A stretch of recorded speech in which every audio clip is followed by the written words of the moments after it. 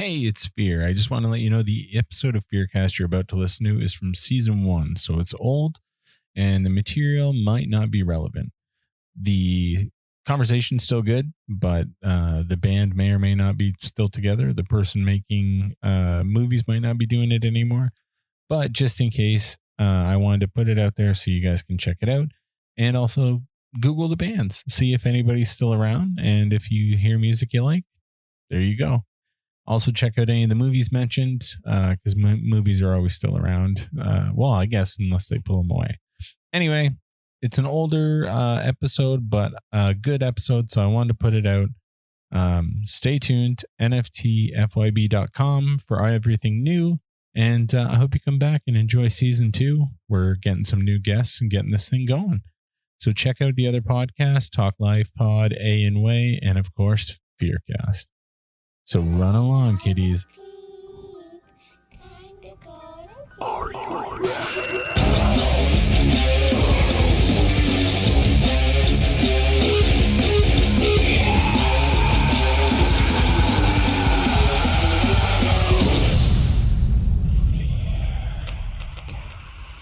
And welcome to FEARcast, everybody. I'm your host, Fear Innes, and tonight I have the pleasure of sitting down with the writer and director of the movie Bad Frank, Tony Germinario. How are you, man?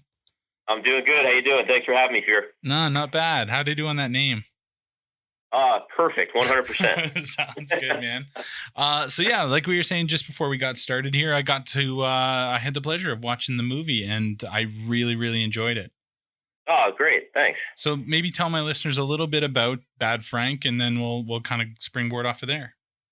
Sure. Yeah, Bad Frank, it's a slow burn thriller, type of thriller action horror type kind of combination of all of the above. And basically what it is, it's about a guy who has impulse control disorder and has done a lot of bad things in his past, but he's kind of got himself medicated, righted the ship a little bit, and he's trying to repair all his old relationships when just as he comes off his medication, he runs into his old boss and all hell breaks loose. A lot of kidnappings, a lot of beatings, and one massive shootout at the end, which culminates in just a huge battle, which was really cool to film. Yeah, for sure. And that's what I did really, I really liked the slow burn aspect of it, because I want to say Kevin did an amazing job of just slowly releasing Bad Frank to the world. Absolutely. Yeah. Kevin Interdonato is the star of the film, and he just did a fantastic job. He's not only the star of the film, he's one of the producers. He was one of the co-writers. So he was integrally involved in the film itself, and he just did a fantastic job from day one. And actually, sometimes on set he was a little scary just because he was so into the character, but he did an awesome job. Oh man, I wouldn't doubt it. And like, there's potential for spoilers in here, but there's the one scene where he's kind of losing it, and he's trying to decide if he's going to drink or not. Oh yeah. That was the last film. The last scene that we shot. So we kind of knew that was coming all along because that was going to be a really intense scene. So that was all done in one take. So we were real fortunate. That we had the 2 cameras set up for it, and we just were like, Kev, give it all you got. We're going to record everything, and it's a sick scene to shoot, and he just did a phenomenal job, and it came out great. And it was one take, and we were done. He kind of looked at me. He's like, "Tell me you got it." I'm like, "Dude, we got it. We're good." Well, that's just when I was watching it, man, it was getting me pumped. I'm like, I'm gonna fuck somebody up now. It's definitely one of those films. Like I'm a pretty mild mannered guy, and a lot of my friends were asking me after, like, "Dude, what the fuck is wrong with you?" Oh, that's awesome. So, okay, so you were the head writer on it. And so how did it all come? How did you start writing it, and then you got some folks together, or was it brought to you? Yeah, no, I actually had the original idea for the film. So a little background on kind of where we came from. So Kevin and this is the 3rd project that we worked on together. Brandon Heitkamp, who actually plays Travis in the film, was another producer, and he and I had worked on, probably 6 or 7 projects together. And I just woke up one morning, and I had just had this strange idea which, the last film that we all did together was kind of, a romantic comedy. So this was just 180 degrees in the other direction. And I just had this idea, came up with it, shared it with these guys, and Kevin's like, I think it's a great kernel here. I think we should do a couple things like this. And we just kind of started shaping it from there. And then, basically came out to what it is that you see on film today. And a lot of what you see, we had the framework for the film, obviously all the dialogue was there, but, we did a lot of improv. So basically let a lot of the actors go off book with some of the scenes, because sometimes it's just so intense, they're in the moment, and it's just easier to just kind of let them go. As long as we kind of guide them in the right direction, then, you want the magic to happen on film. That's how it all goes, all comes together. Well, that's really interesting to find out that Brandon had a part in it, because there's one section in the movie where he's just getting the shit slapped out of him by Tom Sizemore. And yes, it does. I'm watching it. I'm like, he is slapping the shit out of him, and that's pretty funny. Like, did he just say, kind of go and we'll get what we get? Yeah, well, it's fun. So Tom Sizemore, who was in, who basically was the guy who was beating the shit out of him in that role. We had him on set for 4 days, and Tom he's been a Hollywood actor for a long time, and it's a little intimidating when someone of his stature shows up on set, especially, this is my directing debut, and he was there on our first day of filming. We had, originally he was scheduled to come in after we were there for 4 days, but we had to change the schedule around a little bit. So he wound up coming in on the first day. And, it was a little intimidating at first, just because, the guy's been directed by some of the best ever, Oliver Stone, Steve Spielberg, and now me. And it was like, well, how do you do this? But when we got to that scene, we did about only 3 takes of that. So the whole film was shot only in 12 days. So it's not like we had a lot of time to try scene after scene after scene. So we did 2 takes, and on the third take, he's like, Tom just said, I'm going to go outside, going to do something, pump myself up, and then I'm going to come back in, and let's just roll. I'm like, all right, if that's what you're comfortable with, let's do it. And, Brandon was basically like, just Tom, do whatever you got to do. I'm not going to come out of character, whatever you feel like we got to do. And Brandon actually had the idea for I won't give it away, but the other part of the scene that starts there. And, they just went after it, nice. And some of the stuff that he came up with was just, it's crazy, but it was insane. And I guess the icing on the cake was after we were done filming, Tom came over to me and said, I think this is one of the top 3 roles I've ever done. Oh, wow. So that was like, wow, if you really think that, and you were only here for 4 days, that's amazing. So it was a testament of the work he was able to do, but also I think just the set we were able to provide for him, because it was just really easygoing. Everybody trusted each other. It was actually a pretty seamless shoot.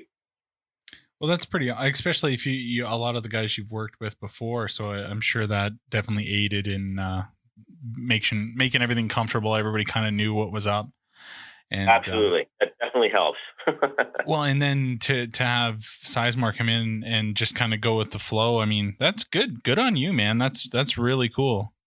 Oh, thanks. Yeah, it was. It's we had such a great cast, right? So half the cast, we all knew each other, right? So Kevin and Brandon and Russ Russo, who was another co-writer on the film, and he played Nico, one of the bad guys. And Amanda Clayton. She's actually in the new film Bleed for This, but she is Kevin's real life wife and played his wife on screen as well. So, we all knew each other going in, but, you have a Tom Sizemore, and we worked with Ray Boom Boom Mancini, who was just a phenomenal guy. And, Brian O'Halloran from Clerks.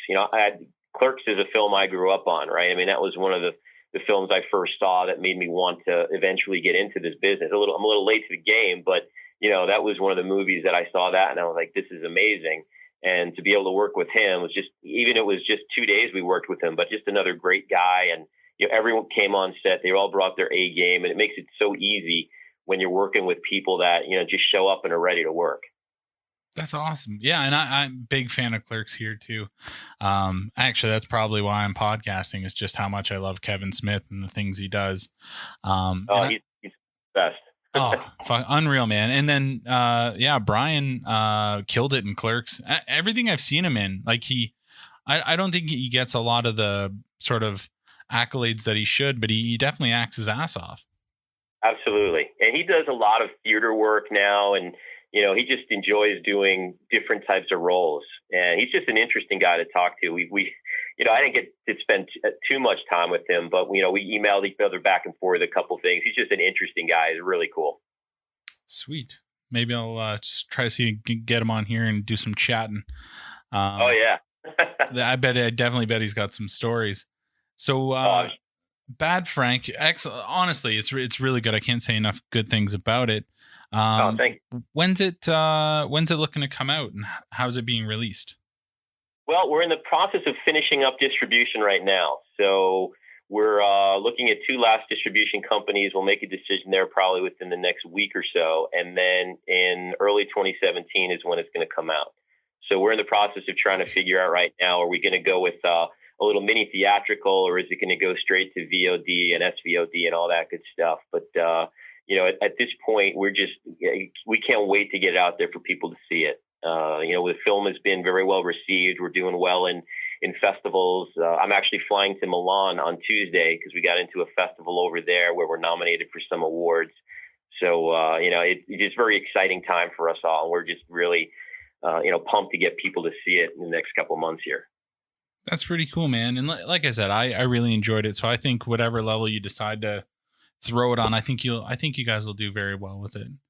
Awesome. Thank you. I appreciate that. It's got so many different layers to it. Like you said, it's got some aspects of horror and thriller, and then you've got the action, and then it's just really well acted. So, I mean, on top of that, there's just so many different layers that I think almost anybody that loves any of those genres will be able to take some stuff away from it. Yeah, I agree. And that's kind of what we were going for, right? We knew we had some good actors that we could work off of. We knew that there was going to be a suspense element, a horror element, because, I mean, let's face it, he does some really sick shit in this. So we're hitting everything. I mean, it's not your typical blood and gore horror, maybe, but it definitely has a lot of the elements in there, that the suspense, and especially the last 20 or 30 minutes. I mean, just the kidnapping and what happens there. It's some pretty sick shit. So it's a lot of fun to see it all unfold, especially after you get to know the characters a little bit and where they end up. And it's even open to a little open ending there at the end. You never know what's going to happen. I know, and I was going to kind of ask you if you have any sort of tidbits or hints to where you might be leading it, and that's one thing before we get going. One thing that I really liked about it is every time you kind of think you know what's going on, another element gets added, and you're like, oh shit! So this is going to take it in a total different direction. That was kind of the plan. It was we know it was kind of a slow burn start there, so we just wanted to kind of keep the audience guessing at every moment we could. So we built a lot of different kind of balance points in there that just kept shifting you in one direction or the other, just to keep the momentum going, keep building it until that like I said, the last 15-20 minutes would just become pretty insane. Yeah, for sure. And because after I watch, I like to sit down and kind of start writing up a review. And I was having a hell of a time because I don't want to spoil it. I want people to really enjoy it.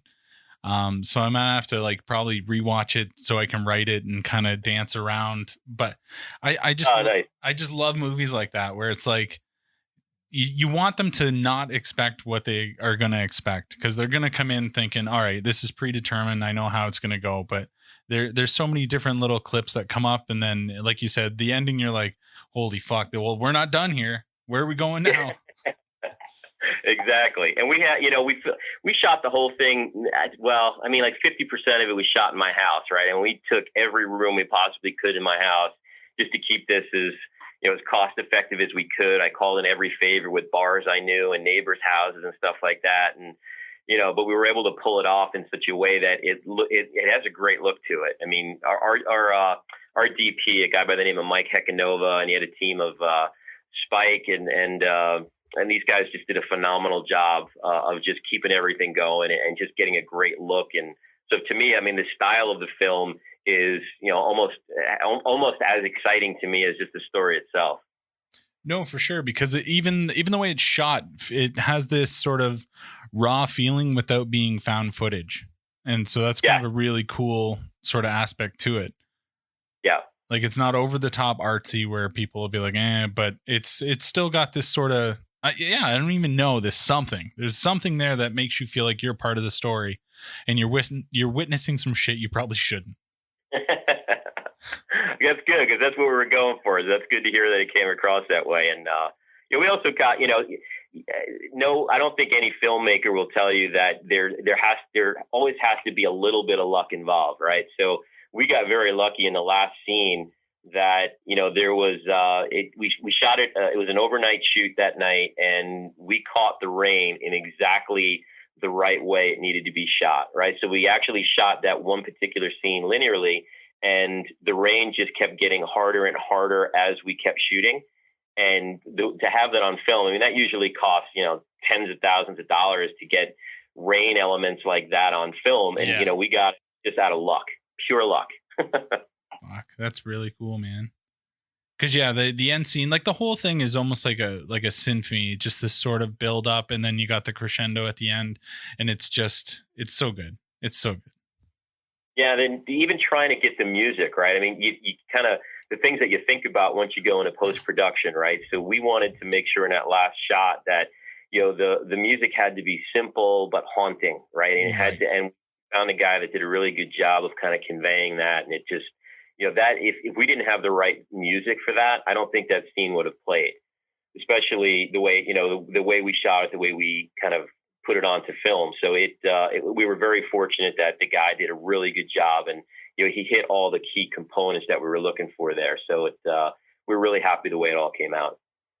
Now, when you were doing the film, was there anything that you kind of ran into that you hadn't in your previous that was a big learning experience for you? Well, this is my first film directing, so the whole thing was like a learning experience. I mean, I'd written a film before that got made, a film called Wingman Inc., but I wasn't the director of that one. I learned from that, but this one, directing it's all in preparation. The thing I think I learned the most is if you want to have a smooth set, especially if you're going for a short number of days, right? Like I said, we basically shot the whole thing in 12 days. But if we hadn't prepared the right way, there's no way we could have gotten it done. So, just making sure you have all your shot lists set up, making sure all the locations are locked down and everything about those locations, right? So we went to every place beforehand just to, just talk to people who were there, make sure we knew all the elements, what's the electricity like there. Even stupid stuff like how many bathrooms do you have that we're going to have access to, right? I mean, it's the shit you don't think about, but if you don't know that stuff, then that's when anything can happen on a set. So we were pretty much prepared for anything that could happen. And we were lucky that everything went really smooth. Awesome. Yeah. Cause I guess I would never think about that, the bathrooms and different things like that. So that's smart. Yeah. Like, parking, you get a whole bunch of people coming to a specific location. You got to make sure there's enough parking for everyone. It's electricity that everyone can get access to. Where are people going to charge their phones and, walkie-talkies and all that stuff. So it's the tiny details like that no one typically thinks about. But that's the thing when you get a good, first AD. So this guy, Tommy Monahan, was my first assistant director, and the guy was phenomenal. I mean, I would basically have the thought would come into my mind and he's already acting on it. So nice. He was, he's done a lot of films before, so having him on our team was just, it was a stroke of luck. That's dope, man. So like Bad Frank is the main push now, but you've done the writing, and the directing. What's next for you, do you feel? Do you think that directing is somewhere, would you prefer to do the direction, or do you kind of prefer doing the writing? Oh yeah, man. That once you get a taste of directing, that's where it's at. I mean, it's so cool to have a vision in your head and, work with the right people to make sure you can get it down. Right. So like I said, the DP that I had is this great guy. And, I would basically say, hey, here's what I'm looking for. And he'd figure out how to get it for me. So I have, I have like 4 or 5 different projects kind of lined up right now. 2 that are very close, 1 that is kind of close, and 2 or 3 others that are not as close, but they're getting there. So I've got one which is kind of a rape revenge story which is I'm working on with one of the actresses from Bad Frank, Lynn Mancinelli, who played Crystal. So we're working on a project together. I'm working on a kind of. Have you ever seen the movie Grosse Point Blank? That's one of my favorites with John Cusack, and that's a film that growing up I always wanted to do something in that genre. So I've come up with a script that I'm working on with someone that I was with in with Wingman. So again, like once I work with people, if we get along and they're good people, they're people I want to continue to work with, just as I have in Bad Frank. So there's a woman by the name of Johanna Watts who was in Wingman, and we're working on a script together, which is kind of a dark comedy. A lot of killing in that one too, but in a funny way. And a couple other ones that are close that I'm still writing. So I've been fortunate to meet a bunch of good writers that we're working on some scripts together. I have so many different ideas that I want to try and get on paper that, I've kind of been working with other people to make sure we get it done. Because, there's only so much time in a day, and there's so much good content and good people out there. I want to make sure I'm doing as everything I can to work with good people. That's awesome. That's what I was going to ask, if a lot of these people you were going to continue to work on, if that's a goal to kind of keep your squad together as you move forward. Oh, absolutely. I think, once you work with someone and you continue to work with them, and, there's a trust level that you develop as you start working with someone, and you kind of start understanding the way they think and they understand the way you think. And when you're on set, that makes such a difference, right? Because like I said, there's some people that you work with and they already know what you want before you want it. I have a couple other producing partners, a guy by the name of George Storr and another guy, Andy O'Connell, that, they're on set there with me all the time. And, if I just come and give them a look, they know exactly what that look means and, what we need to do. And, so those guys, having them with me all the time, phenomenal. And, that's why when you find someone that's in it for the art, for the work, you want to keep working with those people, because those are the guys that are going to hustle. They're going to do the right things. And, they make it easy to do your job. Exactly. So we've got Bad Frank. You're working with Impulse Control. Like you said, maybe a rape revenge. You got a black comedy. So you're a big fan of sort of the dark side of people? You know what? 2 years ago, I wouldn't have thought that, but all the ideas I've had lately, absolutely. When you start investigating the kind of the darker side of somebody's personality, which I think Bad Frank really brought out in me a little bit, because when I first got the idea, like I said, the last film I did was a romantic comedy, and I came up with this idea. I'm like, well, I don't know if that's going to fly. It's a little outside of my typical comfort zone. But the more we got into it, the more we dealt with, the psychosis of this guy, the more I thought about, well, what if we did something different with a girl? What if that's how we got into this rape revenge story, right? And what does she do? How devious can she be? And how dark can she be? And, Lynn, the actress I'm working with, has been phenomenal, where I keep going, well, what if we do this? And she's, take it further, do a little bit more. And so this is going to be another dark one. So I really like, because you can do a lot more. You can have a lot more fun, I think, with these types of characters, because, as bad as you think you might be doing or making a character, there's probably worse people out there in real life. Yeah, exactly. So it makes it gives you a lot of room to play with. No, that's awesome. Actually, that with you talking about the one that you're working with, Lynn, man, that's already got me excited. So, I mean, I'm a fan. Keep doing what you're doing. I can't wait to see kind of what happens from here.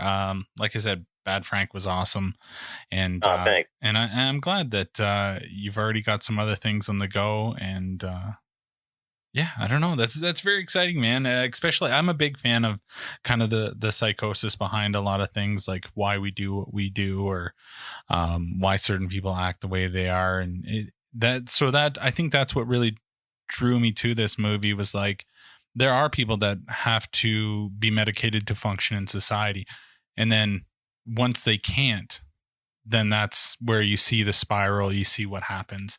And exactly. And you took a really interesting take on it. Yeah, and I mean, the whole thing, he was kind of a victim of his own circumstances, right? Because he had done a lot of bad things, not really due to any fault of his own, but just due to his condition.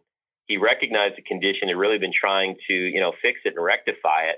But then, shit just happens. Sometimes things are out of your control, and you got to do whatever it takes to get it back under control. But for a guy like Frank, it was a little bit darker in the way he decided to go after it.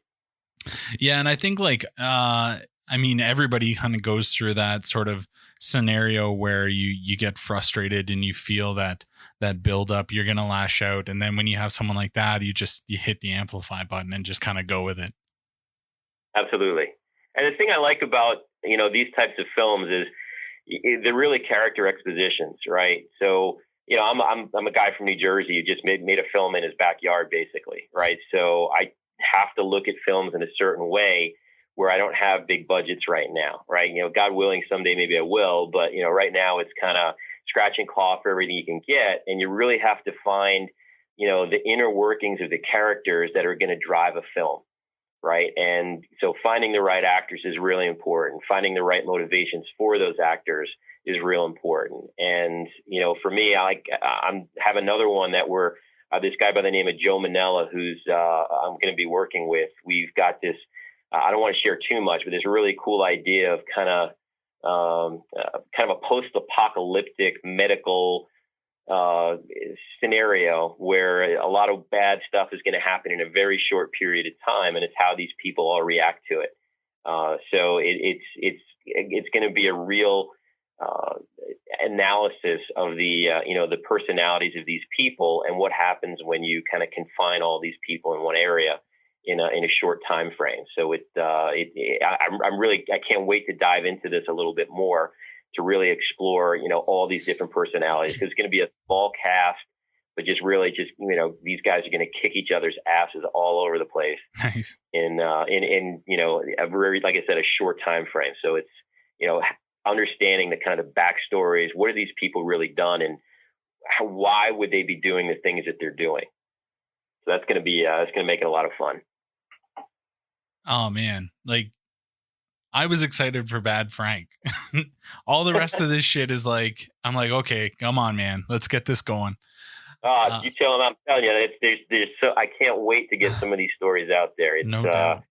You got to deal with the business side of it for Bad Frank. So that's what we're doing right now, but sure. You still want a creative side going. So, it's an interesting balance to make sure you're doing all the right things and firing on all cylinders.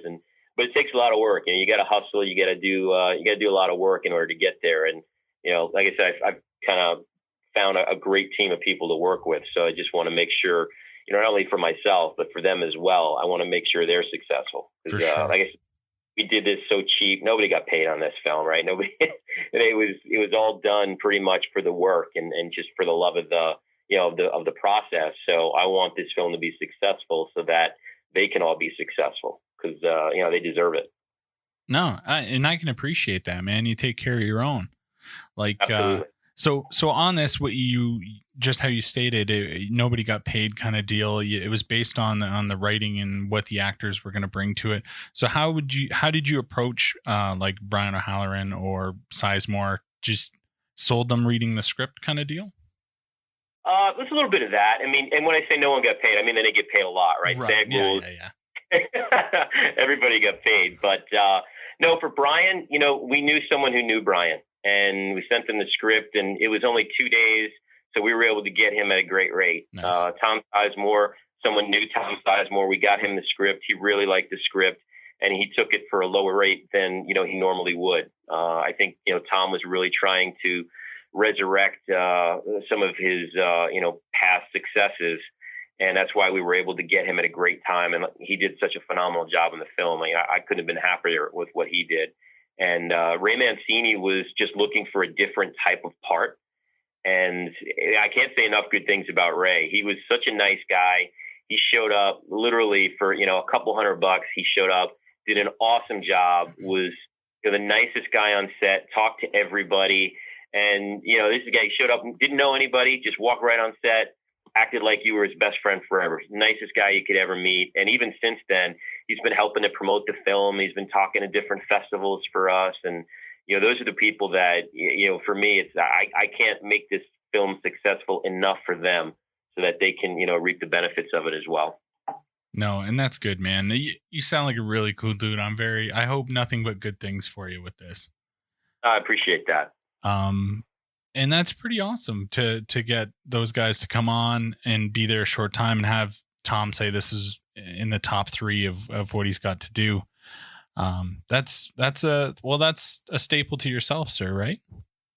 It kind of blew my mind when he said that, because I'm looking right at, Saving Private Ryan and, Natural Born Killers. And in my head, I'm like, oh my God, did he really just say that? I mean, that was, it was really cool to hear. And, it definitely makes you feel good. And, but you're only as good as your next thing, right? So I really hope that I can, take the lessons that I learned here and make the next one even better, and work with, the same people that really helped here, and just keep doing good things. So, knock on wood, everything's going to continue to move forward, and we'll make that next one. It'll be as good a success and come out as good as this one did, I hope. I think it will, man. Like I said, you got a fan here. I think the movie's fantastic. Once it comes out, you will see the fan base for it definitely grow. I'm going to support you any way I can, and definitely FYFC is going to help promote as much as we can, especially when it comes out. I'm going to write a glowing review because I did really enjoy the movie, and we'll totally pass that on to our people. No, I appreciate that, and we'll promote the heck out of you guys as well, because any fan of us is a fan we're a fan of as well. And that's why I was psyched when you guys reached out, because I had seen the site before and seen some of the things you guys have done. So I was real happy to be a part of it, and I really appreciate everything you guys are doing for us here. Oh, that's awesome, man. Yeah, thanks. Oh, that means a lot to me. Because we try to work pretty hard for just a bunch of podcasters and movie folks, but when we find things that we love, we want to make sure that the rest of the world gets to see it. So our platform, no matter the size it is, we want to make sure it goes out. Awesome. Yeah. Love that. Go ahead. No, I was going to say, I love that. That, over the last year or two, I've been watching so many different podcasts and just, different YouTube people doing some of the things they're doing to promote indie film. And, that's the new world now, right? I mean, everything has changed in the way that people look at film and the way that people review film, and just develop the community. So, as someone who's inside of it, anyone that's really helping promote it, to me, that's, that they're a friend no matter what. Thanks, man. And that's kind of what it is. We sit around a lot and we're like, where are the good films at? Where are they at? And over the last little bit, we found some great fucking movies like Bad Frank. One we just watched the other day that we fell in love with was Tabloid Vivant, which is a Kyle Broom film. It was so good. And I mean, these are the movies. These are the ones I want to see. I don't want to see the recycled shit that's out in the Blockbuster and all that. I'm looking for the real shit. And when you find it, you just want to share it with everybody, Yeah, I mean, I love a Marvel film just as much as the next guy, but I also like to see, some of the smaller films that are out there that, a lot of people unfortunately don't get the chance to hear about. So, people like yourselves that go out there and actually promote some of those things, that it takes a lot. It really means a lot to the filmmakers. So, on behalf of all the filmmakers out there, we really appreciate it. Goddamn right, man. So in the meantime, where can people hit you up or check you out, or you got like a website or social media somewhere they can reach out to you? Yeah, I'm on Twitter. Tony Germ is my handle on Twitter. We have our website's going to be coming out soon, badfrankmovie.com. And, over the next month or two here, we'll definitely have a lot more news coming out in regards to the release of the film. And we do have a Twitter account strictly for the film itself. Bad Frank Movie is the Twitter handle. So, come check us out. And I respond to just about everything. That's awesome. And yeah, you were super easy to get a hold of. And it's been great. So whatever we can do on this side, we definitely will. When this drops, I'll make sure I've got all links to your social media, any way you can push, and then just stay in contact, man. As things progress, let us know and we'll send it to the people. Absolutely. I really appreciate the time, Fear. This has been awesome. No, thanks, Tony. Maybe we'll do it again sometime. Thanks a lot. Yeah. Thanks for coming out, man. You got it. Thanks so much. All right. Have a good night, man. You too. Bye. Bye. How fucking cool is that, dude? It was awesome. I love talking to Tony. He just seems like a really cool dude. So I look forward to seeing what happens next, and all the links to all his stuff up to date as of to right now are going to be in this web post. Which if you're listening to this and you never go to our website, you're totally missing out. Because anything that we talk about in the shows, whether it be this or FIFCast or The Naked Porch, we try to put in the show notes. And it's got everything, any videos, any pictures, anything like that, links to whoever we talk to or all that good stuff. So don't miss out. Make sure you go to FYFCstudios.com and you'll be able to catch all the good stuff. But that's enough of me, man. I hope you have a good day, and I hope you enjoyed this. Now, fucking run along, kitty. Hey guys, it's Fear from FYFC Studios. I really hope you're enjoying Talk Life, FEARCast, or A&Way. Plus, there's always lots of entertainment over on our website. Because I'm a cannabis advocate and often forget things, I wanted to make a little bumper to get you fine folks to head over to nftfyb.com. No fucking time for your bullshit. That's how we do. Again, that's www.nftfyb.com. Feel free to reach out on any social media. We're always looking for cool people to talk to, get somebody else's opinion on something, crazy stories you see in the news that you'd love to see us react to. Look, we'll probably never be consistent, but we'll always be entertaining. Thank you for listening one last time. nftfyb.com.